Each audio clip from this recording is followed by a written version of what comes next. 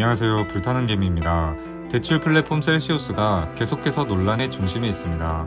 약세장 속에서 뱅크런 위기에 직면한 셀시우스는 6월 13일에 인출을 중지했습니다.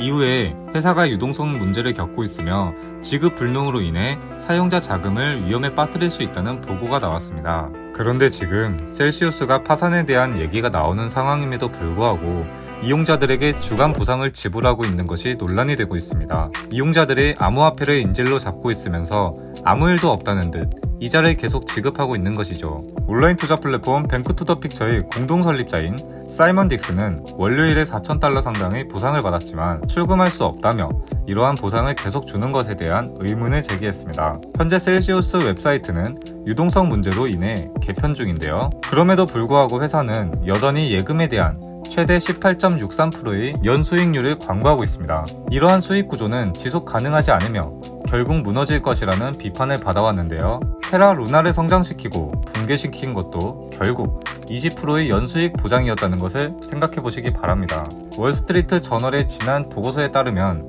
셀시우스는 파산 신청 가능성에 대한 조언을 얻기 위해 경영 컨설트 회사로부터 자문위원을 영입했습니다. 셀시우스 또한 회사의 구조 조정을 돕기 위해 최근 변호사도 고용했습니다. 셀시우스의 CEO는 뉴저지의 모리슨 공항을 통해 출국을 시도했지만 당국에 의해 저지되었다는 소문도 있습니다. 암호화폐 분석가로부터 시작된 이 소문에 대해 회사는 소문을 부인한 상태입니다. 그런데 골드만삭스는 셀시우스가 파산 신청을 하는 경우에 대폭 할인된 가격의 셀시우스 자산을 매입하기 위해 투자자들로부터 $20억 조달하려는 움직임을 보이고 있습니다. 겉으로는 위기를 겪고 있는 크립토 생태계에 도움의 손길을 보내는 것처럼 보일 수 있는데요. 역사 속에서 금융 재벌들은 인위적으로 자산의 팽창과 긴축을 만들고는 유혈이 낭자한 속에서 좋은 자산을 헐값에 사가는 패턴을 늘 보여왔습니다. 이번에도 같은 맥락일 수 있다는 점에서 상당히 씁쓸합니다. 어쨌든 셀시우스에 묶인 자금들이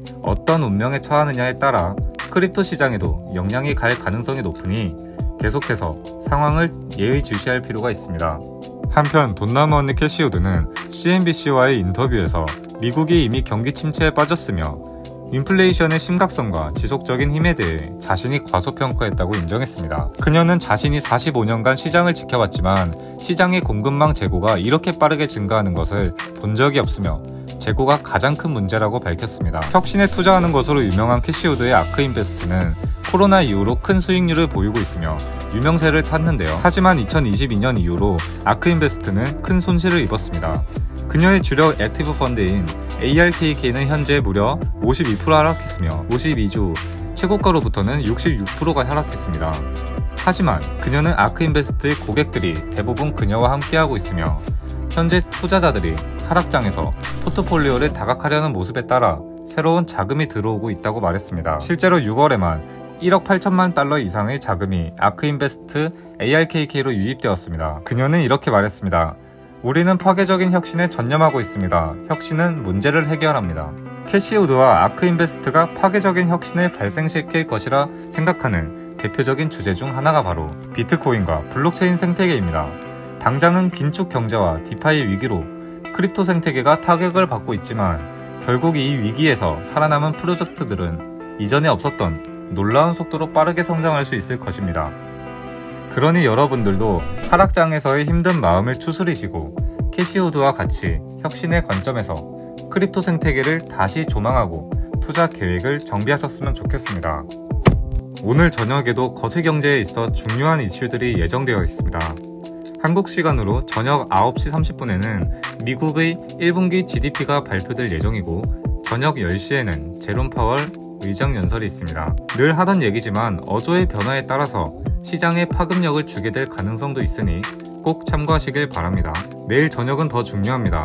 개인 소비지출 물가지수인 PCE 발표가 한국 시간으로 내일 저녁 9시 30분에 발표될 예정입니다. 현재 연준은 기준금리를 75bp까지 올려가면서 인플레이션을 잡으려고 노력하는 모습을 보이고 있는데요. PCE는 CPI와 함께 연준의 노력이 실제로 효과를 보고 있는지 짐작할 수 있는 지표이기 때문에 반드시 확인하실 필요가 있습니다. PCE가 예측치보다 크게 낮은 수치를 보인다면 시장은 반등을 보이겠지만 예측치보다 높게 나온다면 다시금 자산시장은 새로운 저점을 찾으러 내려갈 가능성이 있으니 투자에 주의하시고 최선의 대응을 고민하셨으면 좋겠습니다.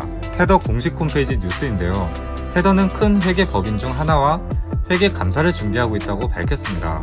이번 테더가 회계 법인의 감사를 받는 경우 준비금에 대한 감사를 받는 최초의 스테이블 코인이 되고요. 다른 스테이블 코인 발행사도 테더를 뒤따라 감사를 받을 수 있을 것으로 보이는데요. 부디 테더가 이번에 감사를 잘 받아서 준비금에 대한 의혹을 깨끗이 씻어줬으면 좋겠습니다. 코인 시장은 이제 끝이다. 이런 말들이 많습니다. 우리는 다가올 상승장을 위해 내가 시드를 100배 복사하기 위해 철저하게 준비해야 합니다. 결국 준비된 자만이 큰 돈을 벌 수 있습니다. 그럼 구독, 좋아요 눌러주시고 다음 영상에서 뵙겠습니다. 감사합니다.